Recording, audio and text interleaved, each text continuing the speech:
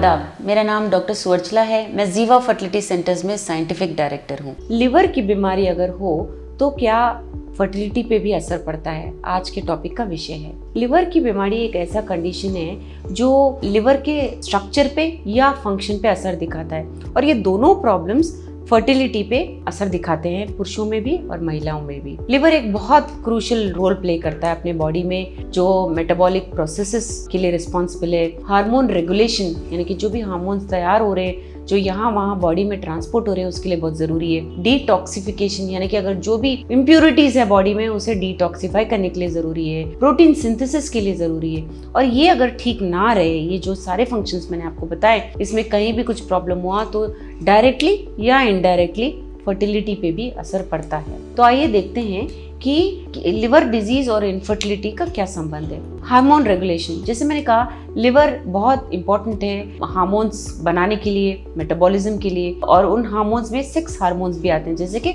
Oestrogen, testosterone. ये hormonal imbalances अगर liver disease की वजह से हो रहे हैं तो ये नॉर्मल रिप्रोडक्टिव हार्मोनल बैलेंस भी डिस्टर्ब हो जाता है, यानी कि जो हार्मोन लेवल्स होने चाहिए वो नहीं होते हैं और रिप्रोडक्टिव जो फंक्शनिंग है वो खराब हो जाता है। तो पीरियड्स में इरेगुलरिटी रहना, अंडे का रिलीज ना होना, ये सब इश्यूज हो सकते हैं। पुरुषों में अगर ये लिवर डिजीज हो तो उसमें टेस्टोस्टेरोन मेटाबॉलिज्म यानी कि टेस्टोस्टेरोन का बनना, ट्रांसपोर्ट होना वगैरह भी मार खा सकता है, जिसकी वजह से हार्मोनल इम्बैलेंसेस हो सकते हैं और उसकी वजह से स्पर्म प्रोडक्शन में घटोती हो सकती है। और जैसे हम जानते हैं, अगर ये हुआ तो फर्टिलिटी पे भी असर पड़ सकता है। अगला कारण है रिप्रोडक्टिव टॉक्सिसिटीज। लिवर जो है बहुत जरूरी है होता है डिटॉक्सिफिकेशन के लिए, जैसे मैंने बताया। और जब लिवर की बीमारी होती है तो ये टॉक्सिक सब्सटेंसेस यानी कि समझिए कि जैसे पॉइजन है, ये बॉडी में बढ़ना शुरू हो जाते हैं और इसकी वजह से रिप्रोडक्टिव हेल्थ पे भी असर पड़ता है। असर ऐसा पड़ता है कि बहुत हानिकारक हो सकता है। जैसे कि अगर ये कंडीशन आपको अल्कोहलिक लिवर डिजीज है या वायरल हेपेटाइटिस है तो लिवर ठीक से फंक्शन नहीं कर पाएगा डिटॉक्सिफाई करने के लिए या हार्मफुल इफेक्ट्स को निकालने के लिए, जिसकी वजह से ऑक्सीडेटिव स्ट्रेस ज़्यादा होगा बॉडी में, यानी कि इसका हार्मफुल इफेक्ट। और रिप्रोडक्टिव ऑर्गन्स पे भी, जैसे कि ओवरीज हो गए, टेस्टिस हो गए, इस पे इसका असर पड़ता है और आपके फर्टिलिटी और रिप्रोडक्टिव आउटकम्स यानी कि अगर आप प्रेगनेंसी के लिए ट्राई भी कर रहे हैं तो उस पे इसका असर हो सकता है और आपके प्रेगनेंसी में बाधा पड़ सकती है। अगला होता है मेडिकेशंस और ट्रीटमेंट। लिवर डिजीज के मेडिकेशंस आप ले रहे हैं तो ऐसे कुछ मेडिकेशंस होते हैं जिसकी वजह से कुछ असर पड़ सकता है फर्टिलिटी पे। कुछ ऐसे दवाइयां होती हैं जो टॉक्सिक इफेक्ट्स को कम करने के लिए दी जाती हैं।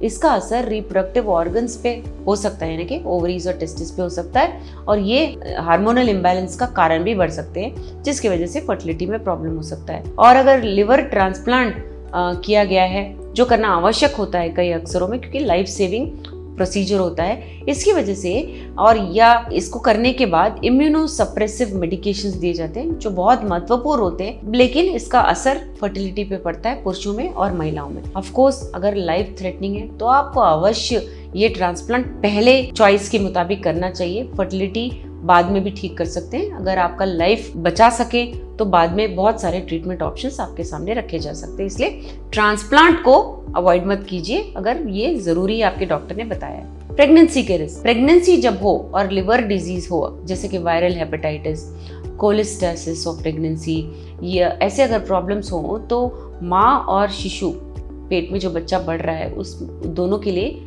डेंजर हो सकता है। जैसे कि प्री टर्म बच्चा पैदा हो जाना, यानी 9 महीने के पहले पैदा हो जाना, वेट ठीक से ना रहना, बच्चे ठीक से बढ़ नहीं पाना पेट में, और बहुत सारे कॉम्प्लिकेशंस जिसकी वजह से फर्टिलिटी पे असर पड़ सकता है लॉन्ग टर्म में। लिवर डिजीज अगर हो, लिवर की बीमारी अगर हो, बहुत सारे रिस्क फैक्टर्स होते हैं जिससे लिवर डिजीज रिस्क ज़्यादा होता है, जैसे कि excessive alcohol consumption, viral infections होना, जैसे हेपेटाइटिस बी हो गया, सी हो गया, या मेटाबॉलिक डिसऑर्डर्स होना, या non alcoholic fatty liver disease होना, या ऑटो इम्यून कंडीशंस होना।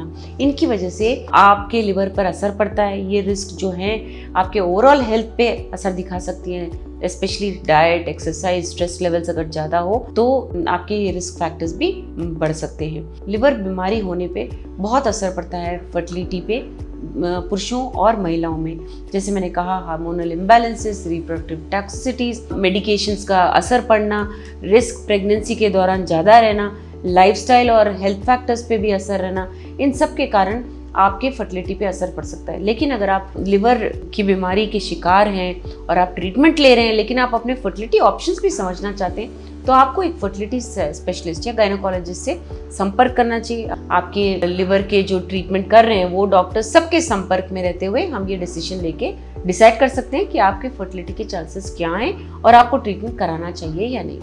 इसके बारे में अगर आपको और जानकारी चाहिए, अवश्य जीवा फर्टिलिटी सेंटर्स आइए। धन्यवाद। हमने इस वीडियो बनाने के लिए बहुत मुशक्कत की है। मेहरबानी करके हमें लाइक और सब्सक्राइब ज़रूर कीजिएगा। शुक्रिया।